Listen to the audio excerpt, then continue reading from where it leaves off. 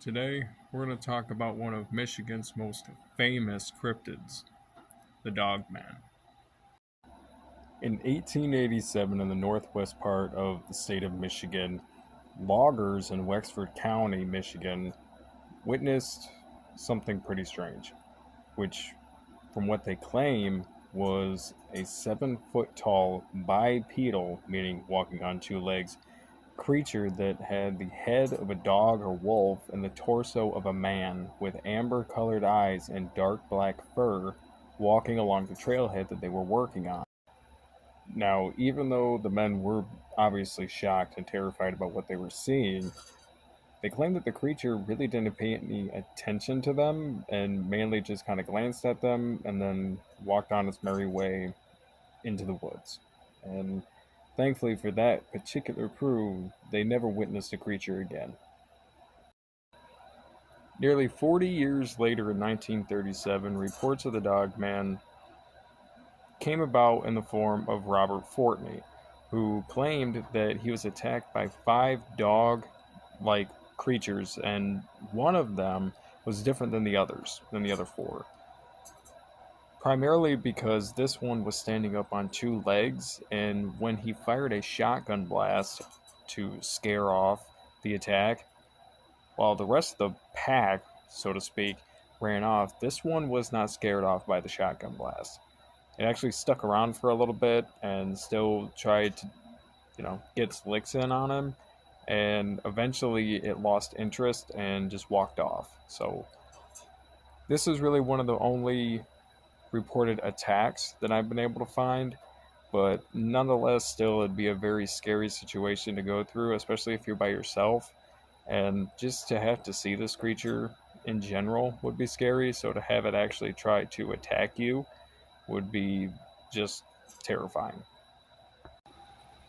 Through what I've been able to look up, most of the physical traits of the Dogman seem to be pretty common in most of the reports. Like I stated earlier, being roughly 7 foot tall, black fur, obviously sharp canine teeth with the head of a dog or a wolf, torso of a human, and something that I found kind of interesting is that when people claim that they've heard the howl come from this creature, it sounds more like a human scream than that of an actual howl from what you would think to be a wolf.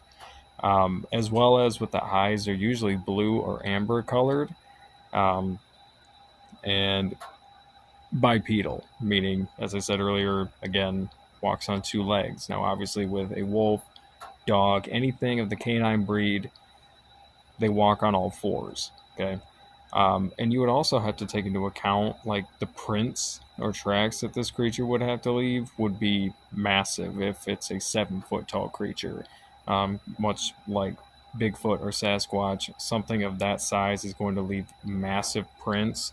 So even if you were to say, well, it could just be a wolf, if we take into account the tracks that it would leave, it wouldn't be a regular sized wolf in the first place. The wolves, especially in Michigan in the Upper Peninsula, are massive. They are big. Um, Nowhere near as big as what this creature would have to be. That just wouldn't add up. There were more reported sightings during the 1950s and the 1960s in Allegan County, Grand Rapids, and Manistee County.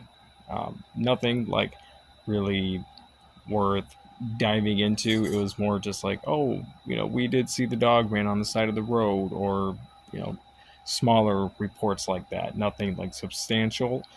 So I didn't look too much into those ones, but I did find it was worth noting.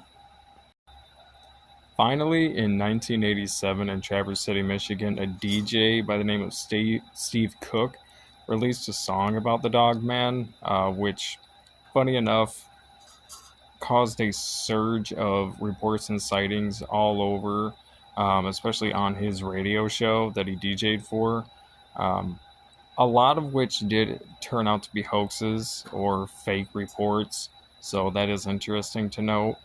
But it does show that it could either be a case of, like I said, just people kind of taking advantage of the publicity of the song about Dogman and just the other legends of it in and of itself. Or was it more of people decided, okay, obviously people are pretty comfortable with talking about their experiences, so they were willing to do so as well. Because with any kind of cryptid report, if you experience something weird and you don't really know if you should talk about it or not, because you don't want people to think that you're crazy. Um, it's hard for people to actually talk about that stuff. So I think it could have been one of those situations where people were more willing to talk about their experiences, at least on the air, because they don't have to show their face at that point. But worth noting, again, just figured might as well throw that in there as well. This day, reports of the dog man are flooding the internet. It's still a current thing that's going on in the state of Michigan. So you do kind of have to, at that point, have to ask yourself the question: is Michigan the hunting ground for the dog man?